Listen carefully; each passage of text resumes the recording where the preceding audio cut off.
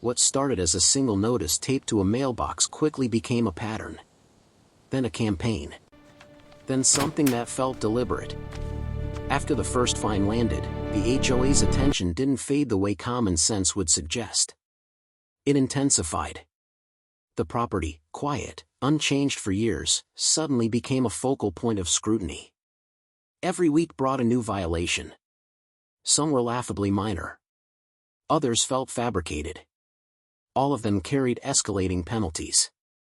Grass was cited as being a fraction of an inch too tall, despite being cut on the same schedule it had followed for years.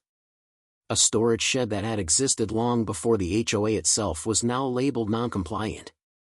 A fence line, approved decades earlier under a different zoning code, was suddenly in violation of updated aesthetic guidelines that had never been voted on by residents. Each letter arrived with colder language than the last. Compliance deadlines shortened. Fines multiplied. Late fees were added before the ink on the original notice had time to dry. What made it worse wasn't just the money, it was the sense of being watched. Cars slowed when passing the property. Photos were taken from the street. Drones appeared overhead more than once, hovering long enough to feel intentional. Requests for clarification were ignored. Appeals vanished into administrative silence. Certified letters sent in response were acknowledged only by automated confirmations, never by a human being willing to explain the logic behind the punishment.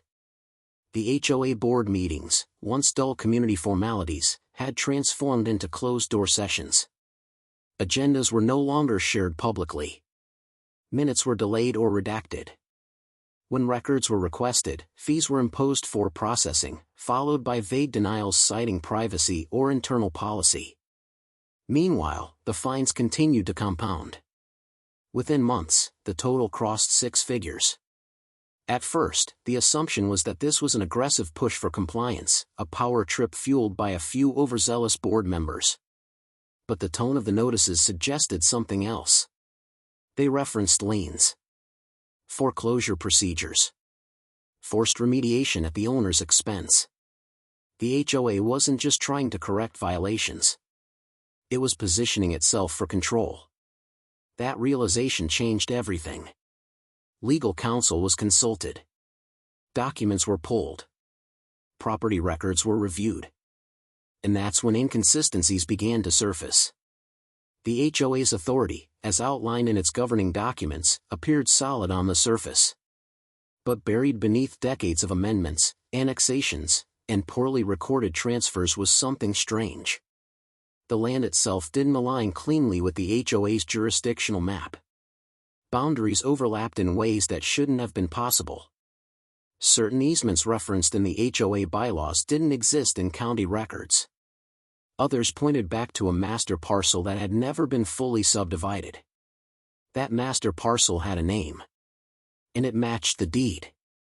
While the HOA escalated its enforcement, something else was happening quietly in the background. Title searches revealed that when the neighborhood was developed, the land had been leased, not sold outright. Over time, homes changed hands. Boards changed members. But the underlying ownership structure never fully transitioned the way everyone assumed it had. Most residents didn't own the land beneath their homes. They owned the structures, the improvements, the right to occupy. But the land? That was still held under a single deed. As this realization took shape, the HOA's behavior became clearer and more desperate. The fines jumped sharply, suddenly citing cumulative violations going back years. Retroactive penalties were added without explanation. Notices threatened immediate legal action. The total claimed amount surged past $350,000, an absurd figure for minor property issues that no one else in the neighborhood had ever been fined for. At the same time, the HOA began approaching neighboring homeowners directly. Letters were sent warning residents that the property posed a threat to community values. That unresolved violations could impact property assessments. That association fees might rise if enforcement actions became protracted. Fear was being used as leverage, not just against one homeowner, but against an entire neighborhood. The pressure mounted daily. Bank accounts were scrutinized. Insurance providers were contacted.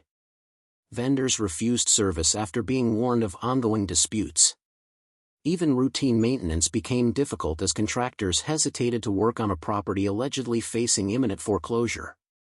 Yet the HOA had made a critical mistake. In its haste to assert control, it had exposed its own blind spots. The deeper the legal review went, the more fragile the HOA's position appeared.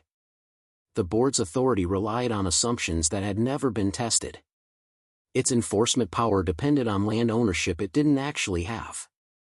And the fines, rather than strengthening its case, documented a pattern of harassment that would be impossible to justify under scrutiny. Still, none of that stopped the next escalation. A lien was filed. Public record. Official. Aggressive. The HOA claimed the right to seize the property if payment wasn't made in full within 30 days. That filing was the breaking point. What had been a defensive effort to stop harassment became something else entirely. The focus shifted from survival to exposure. From compliance to confrontation. Because the lien didn't just threaten the homeowner. It revealed the HOA's endgame. And it was based on a claim it could not legally support. As the deadline loomed and the HOA prepared its next move, preparations were already underway on the other side, quiet, methodical, and devastating. The stage was set for a reckoning the HOA didn't see coming. And when it arrived, it wouldn't happen behind closed doors. The confrontation didn't come in the form of shouting or threats. It came as a document drop, precise, undeniable, and impossible to ignore. The HOA expected resistance. Delays. Maybe a partial payment.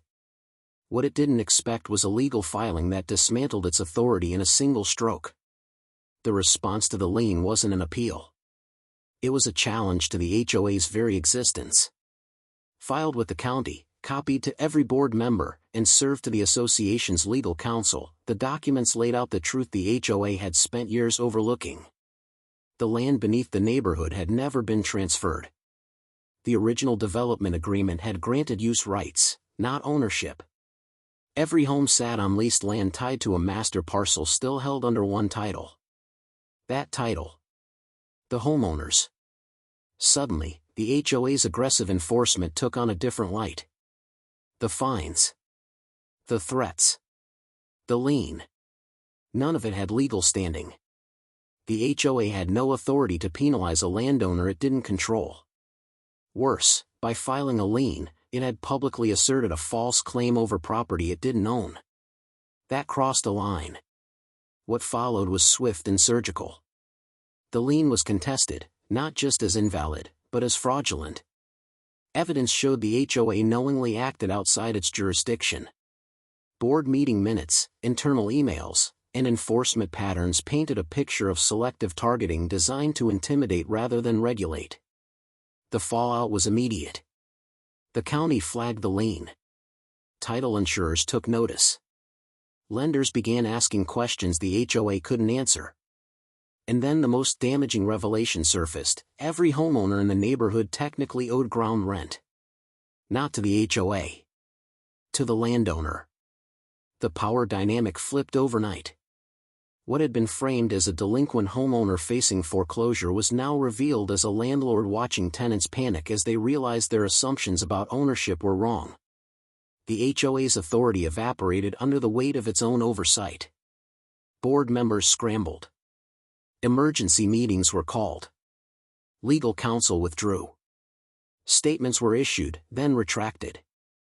The confidence that once fueled the HOA's aggression dissolved into silence. And then came the public reckoning.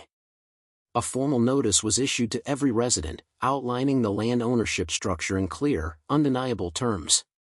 It wasn't threatening. It wasn't vindictive. It was factual. Calm. Devastating. The HOA's enforcement actions were declared void. The fines were unenforceable. The lien was invalid. And the association itself was operating without legitimate authority over the land it claimed to govern. The moment hit like an earthquake. Residents demanded answers. Fees were questioned. Elections were challenged. The board members who had once wielded power through intimidation were suddenly exposed as administrators who never understood the foundation of their control. The irony was impossible to miss.